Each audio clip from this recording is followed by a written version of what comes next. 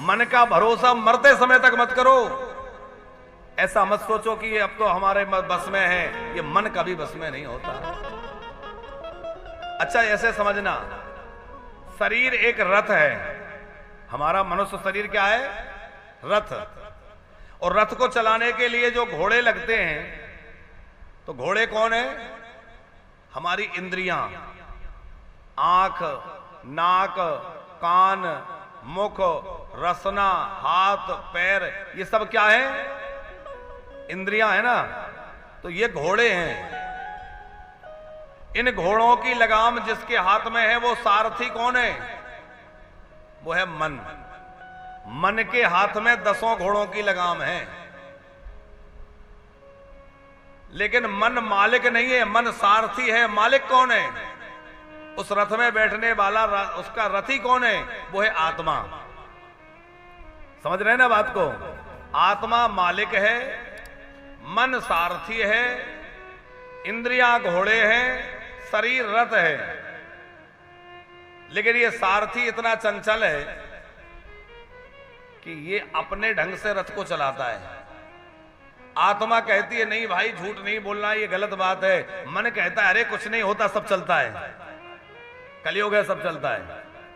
तो मन अपने ढंग से चलता है। कई बार आपने देखा होगा हमारे अंदर अंतर द्वंद होता है, अंदर ही अंदर। तो आत्मा और मन के बीच में उथल पुथल होती है। आत्मा कहती है नहीं नहीं ऐसा नहीं करना चाहिए, मन कहता है कुछ नहीं होता, सब चलता है। अरे मन कहता है सब ठीक हो जाएगा। तो मन और आत्मा के बीच में संघर्ष होता है। पर कभी कभी हमारी आत्मा कमजोर पड़ जाती है और मन जो है इतना बलवान हो जाता है कि मन अपने ढंग से चलाने लगता है। लेकिन आप जरा विचार करें, आपका कार का ड्राइवर है और आप कह रहे हैं कि हमें भैया वृंदावन जाना है और वो आपको हरिद्वार ले जाए, तो बात ठीक रहेगी? अच्छा हरिद्वार ले जाए तो ठीक है, और कहीं ले जाए है? तो ये मन जो है जब इसको स्वतंत्रता मिलती है तो ये मन अपने ढंग से चलने लगता है और अपने हाथ में जिन घोड़ों की लगाम है उन घोड़ों को भी अपने ढंग से चलाता है। अब वो घोड़े इधर उधर भागेंगे तो रथ मंजिल पे कभी नहीं पहुंचेगा, और रथ को मंजिल तक ले जाना है तो भैया जो है कड़ा अनुशासन घोड़ों पर सारथी का हो और सारथी के ऊपर रथी का अनुशासन होना चाहिए, आत्मा का अनुशासन मन पर होना चाहिए। अंदर 4 चीजें हैं, मन, बुद्धि, चित्त और अहंकार। जब कुछ मनन करते हैं तो हम उसको मन कहते हैं, जब निर्णय करता है तो उसको बुद्धि कहते हैं, किसी चीज का चिंतन करता है तो उसको चित्त कहते हैं, और जब वो मैं कर रहा हूं, मेरे द्वारा हो रहा है, मैं, इस तरह के भाव आता है तो वो अहंकार कहलाता है। ये वो अहंकार नहीं है जो अभिमान, अभिमान अलग बात है, ये अंतःकरण चतुष्टय का भाग है। तो इस प्रकार अपने मन को बहुत बस में रखने की आवश्यकता है। जैसे पानी हमेशा नीचे की तरफ भागता है, ये मन भी नीचे ही भागता है, बुरी चीजों की ओर भागता है। अच्छा बताओ, गाली देना किसी ने किसी को सिखाया?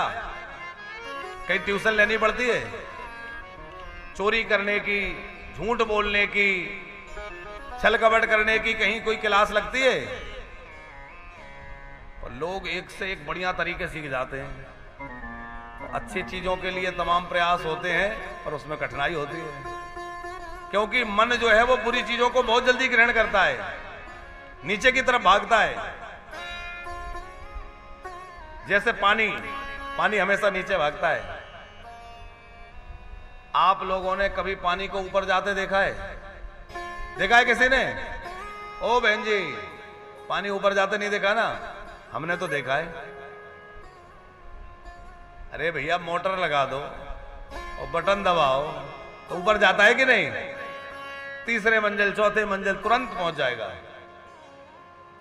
तो पानी वैसे तो ऊपर नहीं जाता, लेकिन यंत्र लगा दिया जाए तो यंत्र की सहायता से पानी ऊपर जाता है।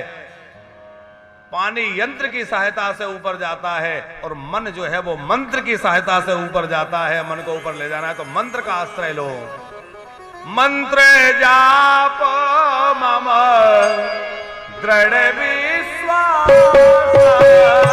मंत्र जाप मम दृढ़ विश्वास, पंचम भजन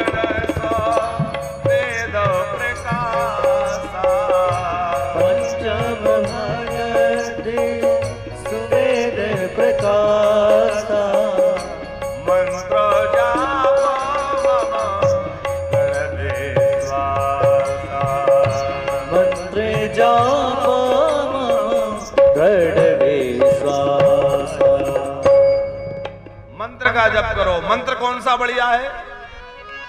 अब आप लोगों के मन में एक प्रश्न उठ सकता है कि कौन सा मंत्र जपें, सबसे बढ़िया मंत्र कौन सा है? देखो मंत्र तो सभी अच्छे हैं, मंत्र का मतलब क्या होता है? मननात् त्रायते इति मंत्रः, मनन करने वाले को जो उबार दे, तार दे, उसको मंत्र बोलते हैं। सभी मंत्र अपने आप में बड़ी शक्ति रखते हैं, लेकिन सबसे अच्छा मंत्र हमारे लिए यदि कोई है तो वो हमारे गुरु जी के द्वारा दिया हुआ गुरु मंत्र है? गुरु मंत्र में बड़ा पावर होता है, और उसका पावर बड़ा इसलिए गुरु जी से लिया जाता है, गुरुमुख होकर मंत्र लिया जाता है। आप राम मंत्र जपें, कृष्ण मंत्र जपें, शिव जी का कोई मंत्र जपें, ये तो बहुत अच्छा है, महामृत्युंजय मंत्र जपें, लेकिन गुरु जी के द्वारा लेकर के गुरुमुख से जो मंत्र जपा जाता है उसमें बड़ी जल्दी सिद्धि प्राप्त होती है, और वो ज्यादा पावरफुल होता है, ज्यादा शक्तिशाली होता है। एक संत उदाहरण दे रहे थे, बोले मंत्र तो कहीं भी मिल जाते हैं, कोई पूछ रहा था तो गुरुजी से ही क्यों लें? तो वो उनका उदाहरण हमें बड़ा अच्छा लगा।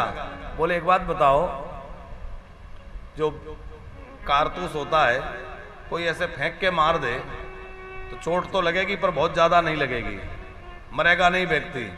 तो उसी कारतूस को कदाचित रिवॉल्वर में डाल के चला दिया जाए, वो बहुत तेज काम करेगा। उसी तरह मंत्र तो मंत्र ही है, काम तो वैसे भी करेगा, पर जब वो गुरुजी के मुख से निकलता है और कान में जाता है तो उसकी शक्ति अनंत गुना बढ़ जाती है, पर वो बहुत विशेष कार्य करने वाला हो जाता है। खूब मंत्र जपिए, नित्य प्रति मंत्र का जप करने का अभ्यास बनाइए, जो भी गुरु मंत्र आपने लिया है। अब कई लोग कहते हैं हमने तो भगवान को ही गुरु मान लिया, कोई कहता है हमने कृष्ण जी को गुरु मान लिया, कोई कहता है शिव जी को गुरु मान लिया, कोई कहता है हनुमान जी को गुरु मान लिया। ये विचार सही है या गलत है? गलत है भैया। श्री कृष्ण भी आए तो उन्होंने भी गुरु बनाए कि नहीं? हनुमान जी आए तो उन्होंने भी गुरु जी बनाए कि नहीं? हमें भी कोई ना कोई अपना गुरु बना करके मंत्र लेकर के गुरु मंत्र का जप करना चाहिए।